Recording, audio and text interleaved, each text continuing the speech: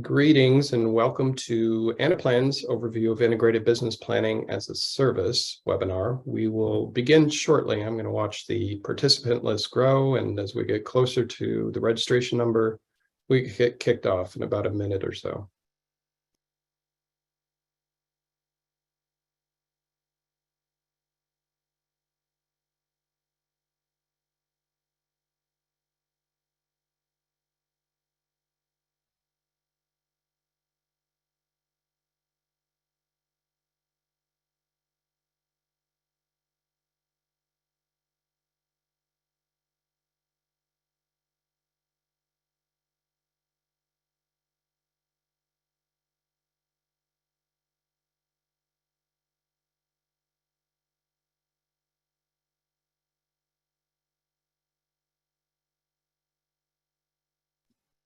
Hi, and welcome to Anaplan's Integrated Business Planning as a Service webinar. Thank you for attending. We're just giving attendees a couple of minutes here up front to join, and then we'll get started very shortly.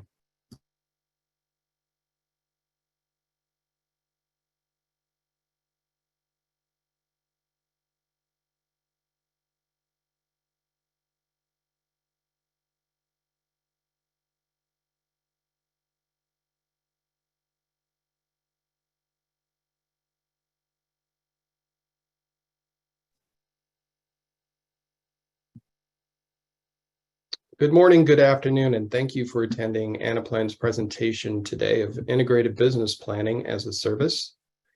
We'll be running through a few opening comments. That will be me for the next 10 to 15 minutes, and then Nina Warnick will be walking through a demonstration of Integrated Business Planning as a Service, as offered by Anaplan through a demonstration. Thank you for attending. As we go through the presentation, you'll notice within your Zoom screens the opportunity to enter Q&A. We will do our best to answer those as the session goes along. I want to point out there's also a chat box, but we encourage you to use the Q&A because that's kind of a managed way of dealing with questions as they come in. We'll do our best to get to something if someone enters it in the chat. Today, I will be presenting and Nina will be walking through our demonstration. But let's start out with an overview of integrated business planning. Let's start with the fact that integrated business planning is a term or concept that is used liberally in many contexts.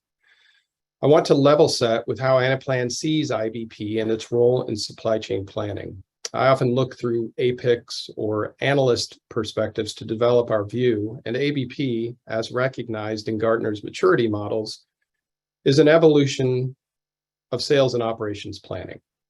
This is my own personal perspective from having led and participated in S&OP processes. Supply chain leaders who have participated in or led S&OP have all the experience they need to move toward IBP, where the primary challenge is accommodating a broader range of information to support more complex decisions. Both S&OP and IBP are largely business processes which are designed to support planning decisions. The promise of both processes since inception has been focused on bringing the right data, people, and process together to support business decisions. The challenge has been and continues to be connectivity and alignment of technology and data. As an example, when I ran supply chain operations at Intel and/or Technicolor, both places, I was paired up with business partners. Let's take finance as an example. We had regular meetings in which our finance partner would bring the finance spreadsheet to monthly meetings, and we'd spend time trying to align dollars and materials at various levels of operations. Then I started asking the finance planner and materials planner to pre-meet to synchronize and present gaps in a PowerPoint summary. It was frustrating because I wanted planners to focus on bigger objectives, not data management. The point being, 40 years into this semiconductor revolution, the technology exists to unite and make persistently available the information which can be updated in the background within your planning lead times. But most companies still try to do this alignment in spreadsheets. Solving this dilemma is what Anaplan provides for many of our customers.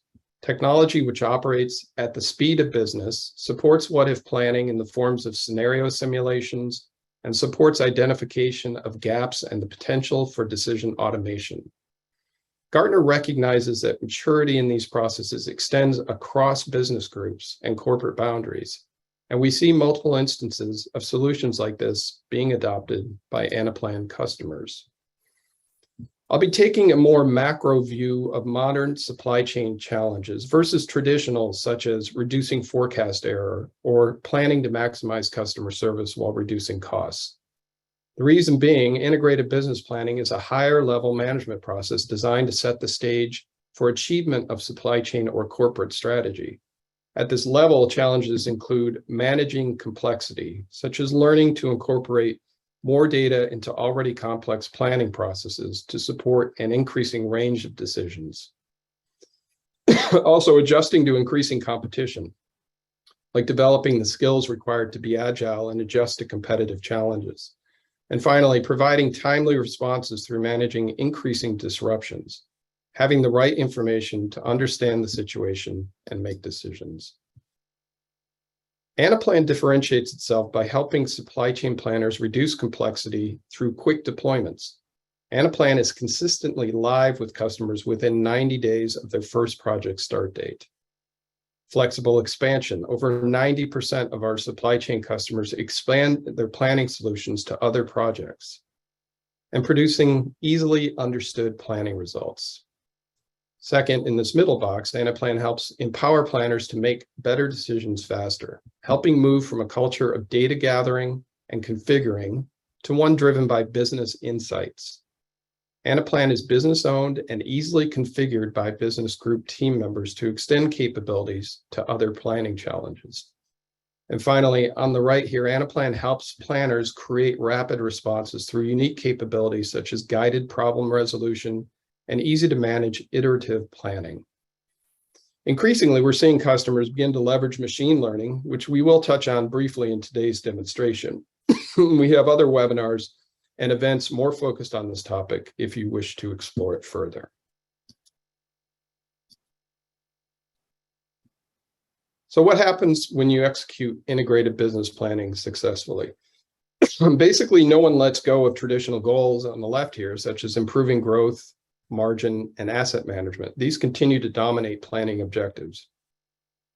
At Anaplan, we're seeing customers broaden the data they use for planning decision support. Optimizing these three objectives requires the participation of finance, operations for workforce planning, for example, suppliers, and even customers. Working with a broader set of partners requires more data gathering, data, for example, that provides input on weather or geopolitical conditions that may impact your ability to deliver product or services. Increasingly, we're seeing our customers seek out planning solutions which help them address topics better categorized as governance. ESG and risk management are two specific examples. Some key supply chain trends that are driving the need for connected planning. Connecting plans in particular, which may not be the sole purview of supply chain leaders, is becoming more critical to successfully planning and executing your supply chain strategy. Practitioners of sales and operations planning understand this concept through the work they currently do with finance and/or sales and marketing partners. Current trends driving many of our customers to work closely with suppliers, whether they are localizing some operations, relocating entirely, managing supply disruptions, or even more traditional cost and quality focused initiatives. We're fielding an increasing number of calls from customers and prospects around ESG topics. ESG represents one of these areas requesting a seat at the overall planning table. Incorporation of new data or reporting focused on environmental impact or measuring progress towards sustainability goals inevitably sources data from supply chain operations. Finally, technology continues to evolve in ways supporting achievement of IBP maturity. As you'll see in today's demonstration, and related to the challenges we discussed earlier, Anaplan customers have the advantage of using planning software, which is easily expandable to incorporate new data for decisions, leverages our core hyperblock technology to rapidly execute plans and simulations, and supports the ability to automate the mundane or incorporate evolving tech such as machine learning or supply chain digital twins. There are various motivations for these trends, but the one certain aspect is that they are happening. They're happening for purposes of achieving mandated industry goals, risk mitigation, or economic opportunity, which could come in the form of customer growth and retention, new market entry, or even enhanced pricing. Customers are driving us to create flexible solutions, allowing them to both meet the rigid requirements of planning a supply chain, but also to support connected planning objectives for commercial success. And we are investing in our product direction to support these goals and objectives.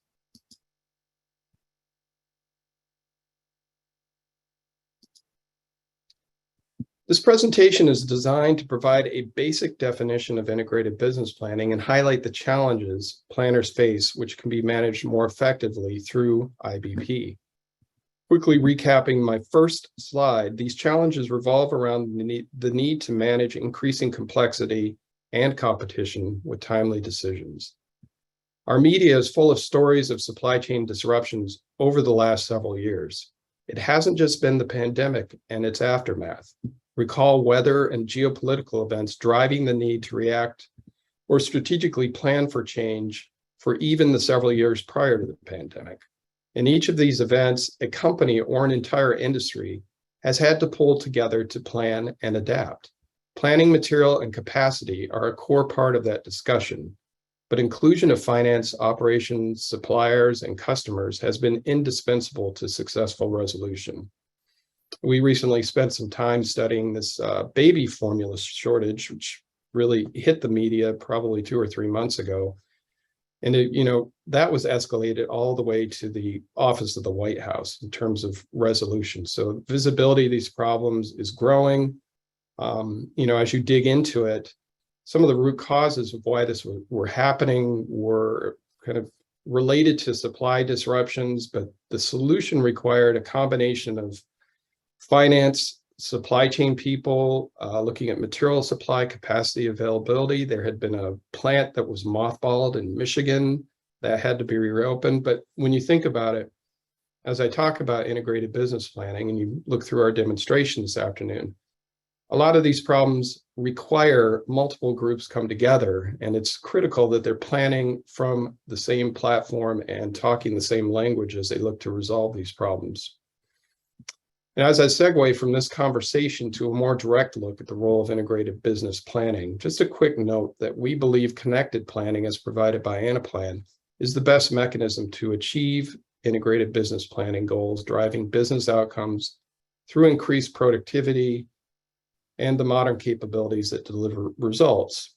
And we're not alone in this thinking. Gartner has recognized in this year's Supply Chain Planning Magic Quadrant that Anaplan is a leader. So this is the first year that Gartner has combined supply chain planning traditional capabilities with S&OP. They used to put out a separate Magic Quadrant, which was solely focused on sales and operations planning, but this new Magic Quadrant this year incorporates both. And Anaplan has had significant success with customers in enabling their sales and operations planning capabilities and solutions. So that's a big reason why we are in the leaders quadrant. The criteria for being a leader in this Magic Quadrant has 4 high-level capabilities. The first 2, very self-explanatory: depth of demand planning and depth of supply planning capabilities. The third is the ability to plan end-to-end from your customers to your suppliers and across multiple time horizons. And the fourth is the ability to support financial impact analysis and financial planning. The core of where Anaplan originated 15 years ago was with financial planning. We operate from the same platform. So if you're a supply chain planner or a financial planner or a sales and marketing planner, you're using the exact same look and feel from the software to support your processes and communication. Many of the competitors you see up here in the upper left are handicapped a bit through growth through acquisition, where they haven't integrated the systems that they've acquired. So they may be good at supply chain planning, but when it comes to financial planning, you may have a different look and feel to the system that you're trying to use to solve your problems. And this is why A lot of you have had to resort to using spreadsheets to translate between these systems, and Anaplan resolves this problem for our customers. Anaplan supply chain customers focus their planning activities through one of four solution areas: demand management, including statistical forecasting, shaping, and sensing of demand; sales and operations planning, where you balance demand and supply plans, onboard new suppliers, new products, open new markets; run planning scenarios, which help you to reach a consensus plan; supply planning, planning visibility and collaboration across your supply network, from sourcing through logistics to manufacturing and delivery; and supplier and/or customer collaboration, focused on improving forecasts or plans managed between organizations. With over 500 supply chain customers, Anaplan's application of these solutions crosses most industries. As you watch Nina demonstrate Anaplan for integrated business planning, she has the challenge of covering all the capabilities required to successfully achieve IBP maturity for your planning organizations. She'll cover many planning areas, but if you wish to explore specific areas more deeply, please contact your sales representative or customer success business partner.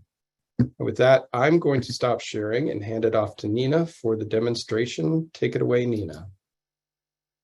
Great, thanks, Tom. Let me just go ahead and share my screen.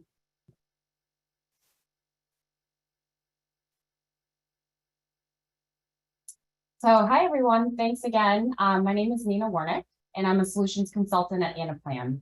And prior to joining the team over a year ago, I spent most of my career in wholesale and merchandise planning in the retail industry myself. So I'm very familiar with the challenges of working in that siloed spreadsheet environment, and I'm really excited to be part of this conversation today. So I'd like to give you a high-level overview of what your IBP process from a supply chain perspective could look like on Anaplan, and how we can align your different business functions to collaborate and to ultimately deliver and drive better outcomes in that agile and nimble way. And when we think about the IBP process, there are three layers of planning. You can think about it like the strategic, the tactical, and the operational. And we're going to be focusing more on that tactical and operational part, where we're going to be touching on our demand, our supply, and ultimately that executive alignment of the volume plans. So to set the stage, we've already set our longer range plan, and that plan has been seeded to our first year annual operating plan, or AOP, and that sets the base for that sales and operations plan, or SNOP. So Anaplan's cloud-based, and I'm logged into the platform on my web browser. And when you log into Anaplan through secure access, you're assigned a role. And these settings allow for your users to see and plan for what is relevant to them on these dashboards. So not only can you personalize and tailor everyone's experience for different planners or managers or admins, but this also means you're able to control what they can see, what they can create, and what they can edit all the way down to that individual cell level. So as you see here, this dashboard, this might be that dashboard for that SNOP lead or supply network planner who's logging in on Anaplan to run their monthly process. And that gives them that centralized view of all of the tactical activities of the IABP SNOP planning cycle. So your planners or analysts could also log into Anaplan with a different dashboard view that's relevant to their own business function or area of responsibility. Now, across the top, you've got these tiles, and these can be configured to any information you'd like to see at a glance, such as your latest actuals that was pulled into your system, as well as your current planning period. And on Anaplan, we're also able to leverage workflow to understand where we are in each stage of the planning process. Now, these dropdowns that you see up here, you're going to see this throughout the demonstration. And what they do is I can drill and plan at any level that I'd like to plan, whether it's product or my organization. And Anaplan will adjust all the contents based on that selected point of view. So here, I'm going to be walking you through the lens of a fictitious golf club and apparel company. So you're going to see some golf-related products throughout some of these dashboards today. And Anaplan is known for that, for its in-memory calculation engine. So that means like any changes or updates that I make are reflected in real time. So Anaplan eliminates any need for that batch processing to run any update to your scenario, your plans, or your data. So as mentioned, I'm looking at planning details for drivers for the May planning cycle. And you're also going to see there's going to be an emphasis on exception-based planning. You can see some alerts here to the right of the dashboard, and it's alerting me of some workflow, some demand and supply issues against our targets and financial operating plans. So when you are looking at planning for several thousands of different products or SKUs, Anaplan's able to highlight the exception that you need to focus your attention on and where you need to prioritize your time. So I really like to think about it as, finding that needle in the haystack for you. And as I mentioned, you're going to see at the bottom of the screen a visualization of that end-to-end S&OP process flow. And you've got these hyperlinks in blue, which guides that end user through each dashboard of the process. So from process monitor all the way down to the executive alignment of the S&OP plan. And you're most likely going to have different teams working proactively in their own demand or supply plans and in their own dashboard view. And as they make updates or inputs to these plans, these updates are going to resonate through to the rest of the model in real time. And the purpose of that is to have that one version of the truth so that each role within your organization has the correct views and the most updated views of what's happening in the business and can see the impact of those changes coming through from the other areas of the business. So if you think about it, from me coming from an Excel environment, there's no updating an Excel file and then copying that data to transfer to the other files or making sure that the cells are linked across different workbooks and tabs. I also want to quickly touch on flexibility, which is so important in our supply chain processes. Because Anaplan's purpose-built, it ultimately means you're going to be able to configure these dashboards out to your exact specifications for your organization. So please keep that in mind that everything I'm going to be showing you today is really to be looked at a high-level example and one iteration of how you can envision the planning. So to set the stage, after ingesting the latest sales orders and on-hand inventory actuals from our ERP, we're ready to kick off our newest cycle. And the first thing we're going to do is review our demand plan. And here I'm going to be switching hats. I'm going to be a demand planner, and this dashboard is my bird's eye view and control tower for my demand management process, where I can log into Anaplan, and this is where I can begin to review my plan. Again, context selectors at the top. I'm planning for my drivers category for the May planning cycle. And I can see these key metrics and these alerts. So when I log in, I know what I need to focus on. And you can see that the demand management process can be thought of in 3 different areas. The first is sensing, which helps us identify any products that are doing well or not doing well when it comes to product performance. And it helps us to make decisions to product lifecycle management, or if there are any outliers that I need to review. So as I come down here, I'm able to set thresholds to be alerted to any products that are under or over. So I've set it to a 25% growth benchmark over the last 3 months. And I have visibility to review which products are over that rate, which is displayed here. The second area is forecast, and that allows us to identify products that are not meeting our forecast accuracy thresholds. So here I have a list of products that I need to review when it comes that came in under that 96 forecast accuracy threshold average. And this section helps me to really understand the why. So did I need better marketing intelligence? Did my cross-functional teams under over project? And then I can begin to confirm and review their inputs that influence that consensus demand forecast. And lastly, the last section is demand shaping. And this allows us to review the products that are not meeting our financial plans and to trigger activities to shape that forecast to close those gaps. And some of those things that we need to consider here are, do I need to run some promotions to trigger incremental sales? Do any of my products need to reach the end of their, life cycle?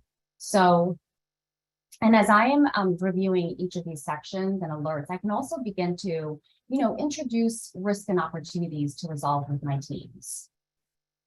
So the first thing we're going to do is review some of the alerts that are generated from a demand perspective. So for example, if I dig into one of these alerts, our bags product category came in under the forecast accuracy threshold. I can start to, see the visual performance and start digging into it. But what I want to do is take a step back, take a close look at, how we would have started by setting that baseline forecast and how we would do that.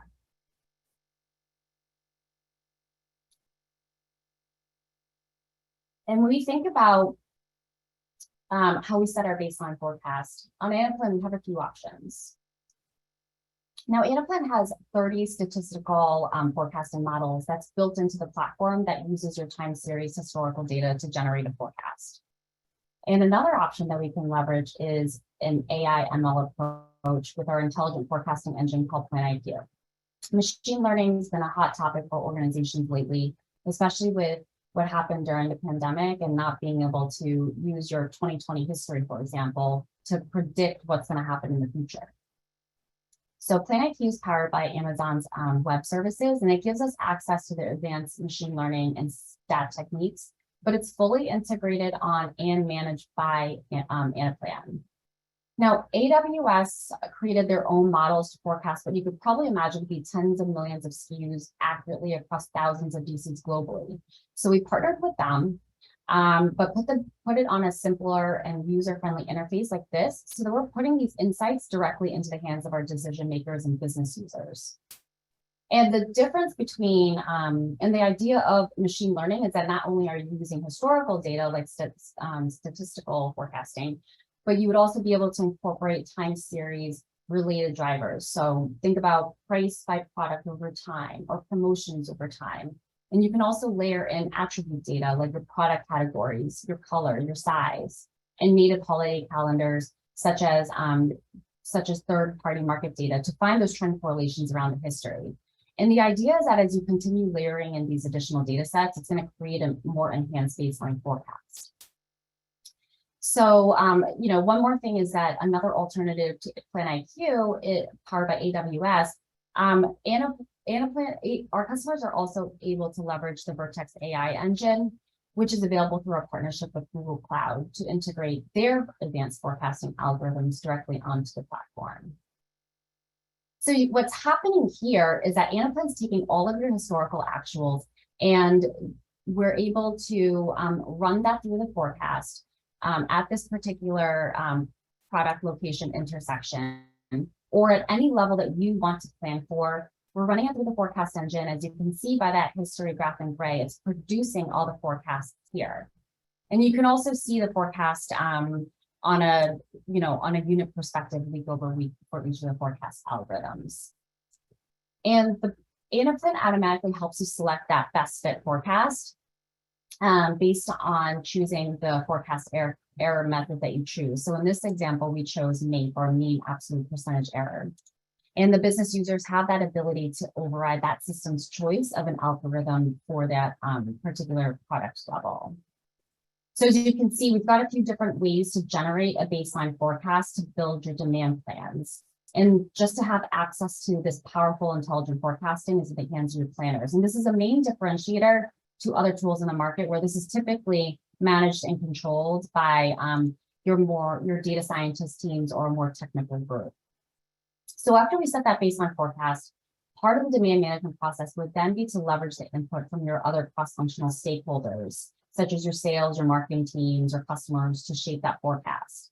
And after that consensus demand is finalized, we can now pass that baton or the unconstrained demand plan to the supply team. So what I'm going to do is I'm going to pivot and jump from demand into the supply of the S&OP process. Now, after we've finalized our unconstrained demand plans, we now need to balance demand against supply. And our goal is to ultimately deliver the right product on time at the optimal cost. And as you can see here, this supply dashboard is very similar to the demand review, and we can think of this process also under 3 different areas. Now, the first one's inventory, and this is where I can track my on-hand, how much and where, and set policies to make sure I have the right level of it. The next section is production capacity, and this is where I can review our output, schedule production, and evaluate and leverage our resources to produce the inventory needed. And the last is sourcing. And this is where I'm going to review pricing, allocations, and various commodity sensitivity impacts and spend across the suppliers, factories, and other partners as we source all the different components that make up what we're producing. And similar to the demand dashboard, we're able to input and aggregate the risks and opportunities here to bubble up for the S&OP review. And again, exception-based way to plan, I've got these alerts. It doesn't look like I have any inventory alerts, but I do have some capacity alerts and supplier alerts. So I'm going to jump right into capacity.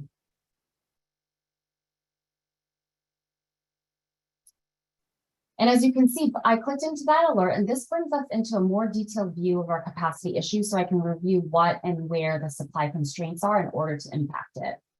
And as a planner, the biggest piece that I really need to understand and to balance is, what's being asked of me, versus what's our capacity, and, what is it, and what's that variance between the two.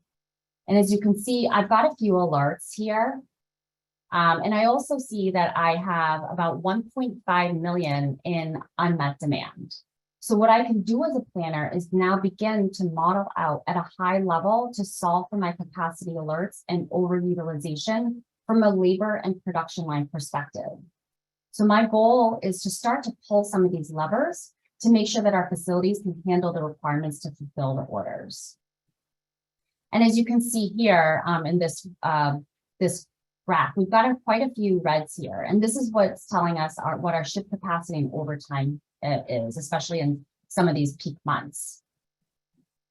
So one lever I can pull is to look to add more shifts or adding more workers.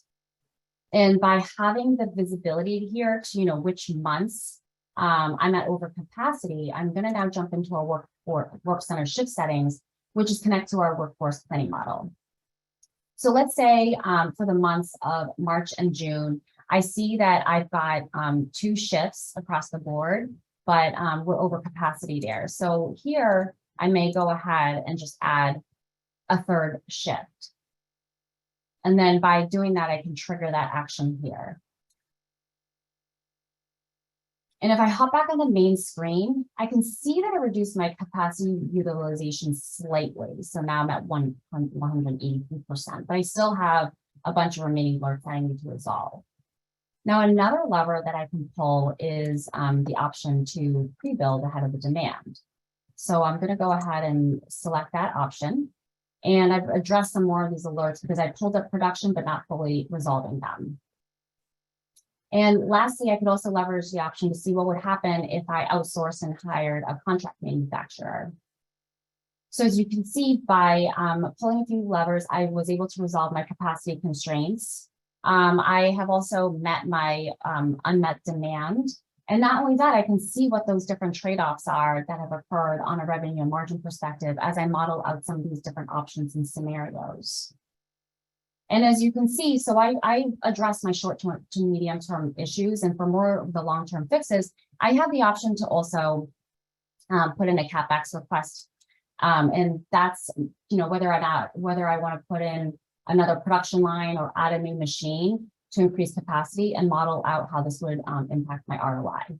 So again, I'm showing you how I can manage this all at a high level, but the value is being able to do it all in one place allows me to have those conversations quickly with my teams and have those decisions rather quickly. And I can review and model out different ways to solve for these alerts to meet the customer demand.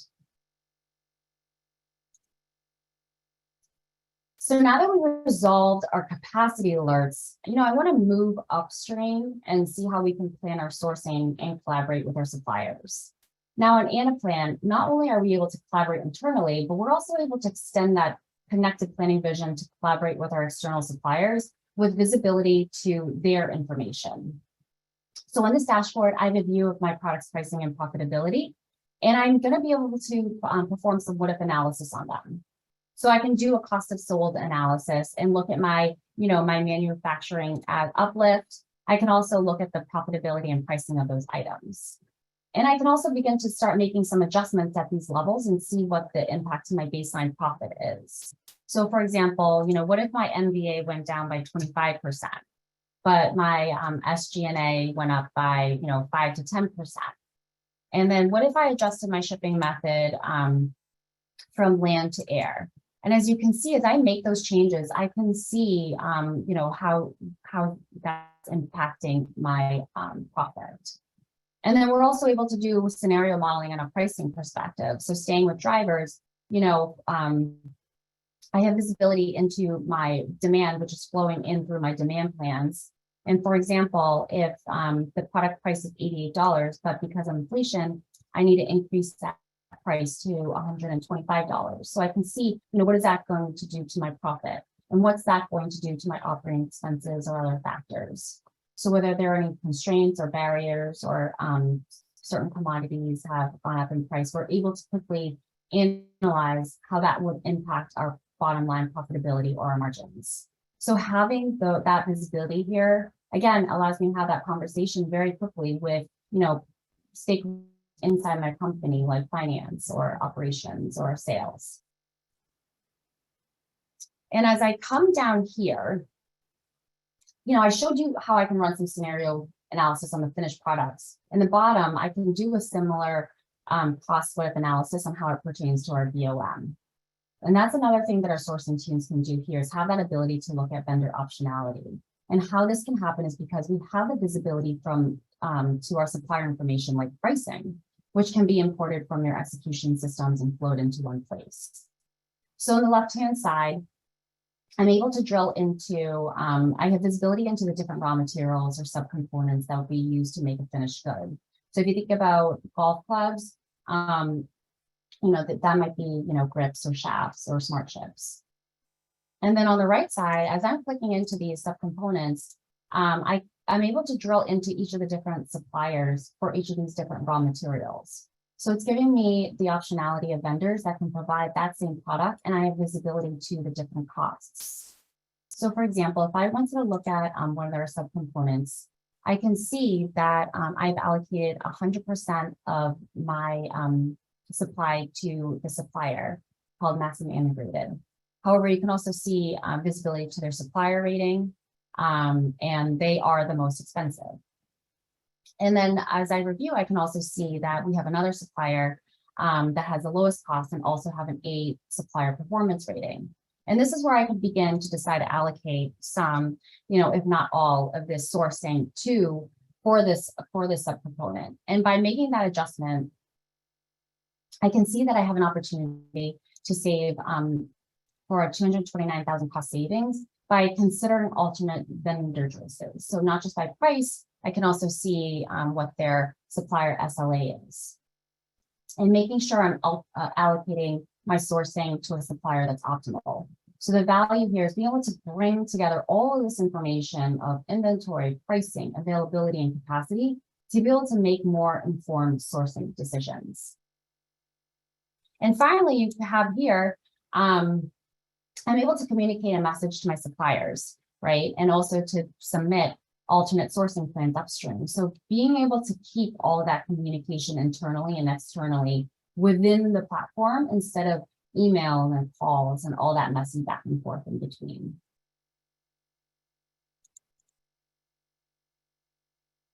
So as we wrap up our walkthrough, and each of our teams have completed their steps in that end-to-end process from demand and to supply, we come to the pre-SNOP process. And this is where the teams are now coming together to align on a consensus plan to submit for executive sign-off. And this is where, we're reviewing whether or not we're meeting our corporate goals and strategic initiatives, and how are the plans compared to financial targets? Are there any gaps? And if they are, what is the best course of action to close those gaps? And while our discussion today is specifically around the integration of supply chain and finance, as Tom had mentioned in the beginning, the amount of data and the number of decisions is increasing in today's organizations. So that pre-SNOP process could also involve important topics like ESG, supplier performance data, workforce planning, etc. But similar to demand and supply planning, our teams have been planning in their own dashboard view and in the way that they need to plan. And now all their inputs and adjustments would be aggregated into a dashboard like this. And this is where connected planning really comes alive in Anaplan, with visibility into data and information across the different cross-functional areas together. So here, I can also see what my projected gap to finance is, giving me line of sight to the financial plans and understand where we are and where we need to be. And looking at our constrained demand here and what that projected variance to finance would be, I can now begin to stack up some of these risks and opportunities that we've been inputting throughout the process. And these, so as mentioned, you know, they're inputted by your product managers, your demand, your inventory in those previous dashboards. And I can see by product family, you know, what that projected revenue upside or downside would be and when it would be slated for. And we can also score how probable we feel that this risk or opportunity is likely to happen. So for example, we think there's a high risk that our launch plan for drivers will be delayed in Q1. So, you know, I might decide to layer that in. And then on the flip side, we'll also be launching a smart chip driver. So I can include that as well to see what that upside offset would be. And as you can see, I checked off these boxes very quickly. I can see what that new gap to new financial gap is. And as I do that, I can start to begin to create different scenarios and stack the different risks and opportunity combinations into my plan. Coming down here, I've already created 6 scenarios modeling out various potential outcomes. And I can start to, you know, really evaluate some of those metrics that matter to me and to help me determine that optimal decision to move forward with.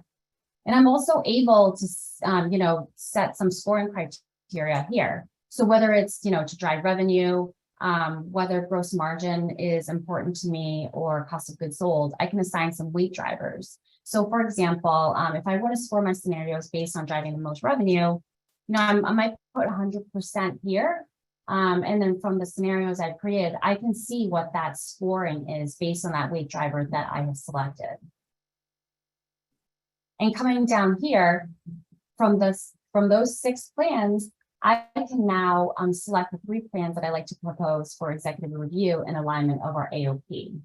So as you can see, I've already pre-selected 3 I like to propose, and this will now automatically flow over to the executive S&OP dashboard.